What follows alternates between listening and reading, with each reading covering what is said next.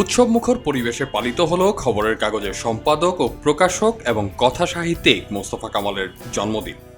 ৩০ মে জন্মদিনের বিশেষ এ আয়োজন করে খবরের কাগজের সহকর্মীরা। চিফ রিপোর্টার তৌফিক মারুফের সঞ্চালনায় বিশেষ আয়োজনে উপস্থিত ছিলেন সম্পাদকের সহধর্মিণী Minu Afroz, doctor Imdad Hasnain, assistant editor doctor Saria Sultana, chief news editor Khaled Faruki, copy editor Hasan Hafiz, বিভিন্ন বিভাগের বিভাগীয় প্রধান ও অন্যান্য সহকর্মীরা। অনুষ্ঠানের শুরুতে ডিজিটাল উপস্থাপনের মধ্য দিয়ে প্রিয় সম্পাদককে জন্মদিনের শুভেচ্ছা জানানো হয়। এরপর দেখানো হয় মোস্তফা কামালকে নিয়ে নির্মিত বিশেষ তথ্যচিত্র। জীবনের সবকটি বসন্ত নতুন উদ্যম আর সৃষ্টিশীলতার আনন্দে কাটিয়ে দিতে চান নিবেদিত এই প্রাণপুরুষ। সম্পাদককে নিয়ে কবি হাসান হাফিজ রচিত কবিতা আবৃত্তি করেন চন্দনা বিশ্বাস। বঙ্গবন্ধু নজরুলকে কথাশিল্পে ছবি আঁকলেন তিনি। জন্মের গ্রাম আন্ধার মানিক, আলোর পথিক যিনি। সবার প্রিয় কামাল ভাইকে জন্মদিনের ফুল, বন্ধু প্রিয় সুহৃদ সখা একটুও নাই ভুল। তারপর কান্ট্রি এডিটর অঞ্জন ও সিনিয়র রিপোর্টার এলিস যৌথভাবে গান পরিবেশন করেন।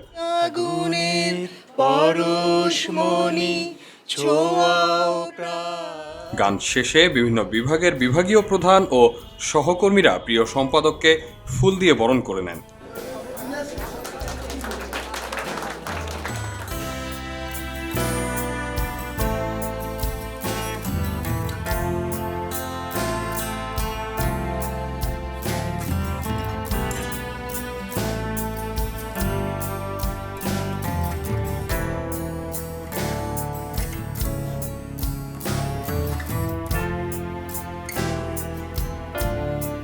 বক্তব্য প্রদান পর্বে বক্তারা প্রিয় সম্পাদককে নিয়ে স্মৃতিচারণ করেন।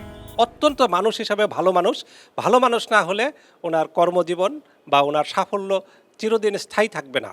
কিন্তু আমি আল্লাহর কাছে দোয়া করব, ওনার জন্য চাবো যেন উনি জীবনের শেষ দিন পর্যন্ত ভালো মানুষ হিসেবে উনি তার কর্মদক্ষতা দিয়ে আমাদের সবাইকে পরিচালিত করতে পারেন। আমরা বিভিন্ন কাগজে, বিভিন্ন জায়গায়, বিভিন্ন যারাই কাজ করছেন, একেবারে এরকম মাঠের সাংবাদিকতা থেকে উঠে আসা একজন মানুষ, তিনি সমান তালে লিখছেন, এতগুলো বই লিখছেন, এত কবিতা সাহিত্য এত কিছু লিখছেন এবং সম্পাদক হয়েছেন, আমি কিন্তু আর খুঁজে পাইনি। মোস্তফা কামাল আসলে অসম্ভব সাংসারিক একজন মানুষ। যদিও উনি অত্যন্ত কম সময় দেন, তারপরও কিছু কিছু জিনিস আছে যা আসলেই আমাকে মুগ্ধ করে। 2001 সাল থেকে তার সাথে আমার পথ চলা। উনি যেদিন জন্মেছিলেন সেদিন একসঙ্গে বৃষ্টিও হচ্ছিল, আবার রাত্রে পূর্ণ চন্দ্রও ছিল। এটা আমার শাশুড়ি মায়ের বক্তব্য। জোছনায় চারিদিক ছড়ানো হোক ওনার জীবন। সবার জন্য শুভকামনা। নিজের জন্মদিনের অনুষ্ঠানে বক্তব্য রাখতে গিয়ে আবেগাপ্লুত হয়ে পড়েন সম্পাদক ও প্রকাশক মোস্তফা কামাল।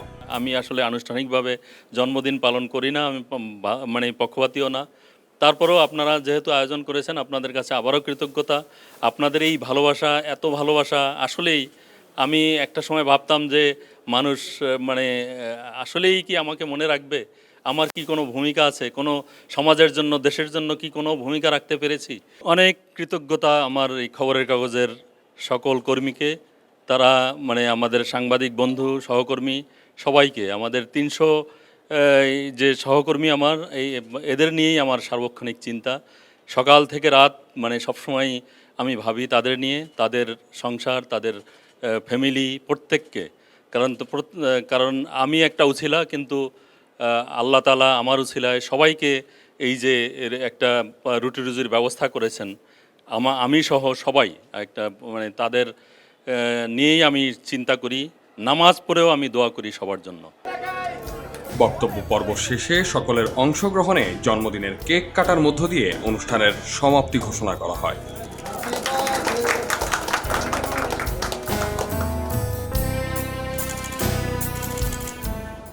এলো মুক্ত চিন্তার স্বাধীন দৈনিক খবরের কাগজ। এখন খবর হবে নিখাত, নির্ভীক, নিরপেক্ষ।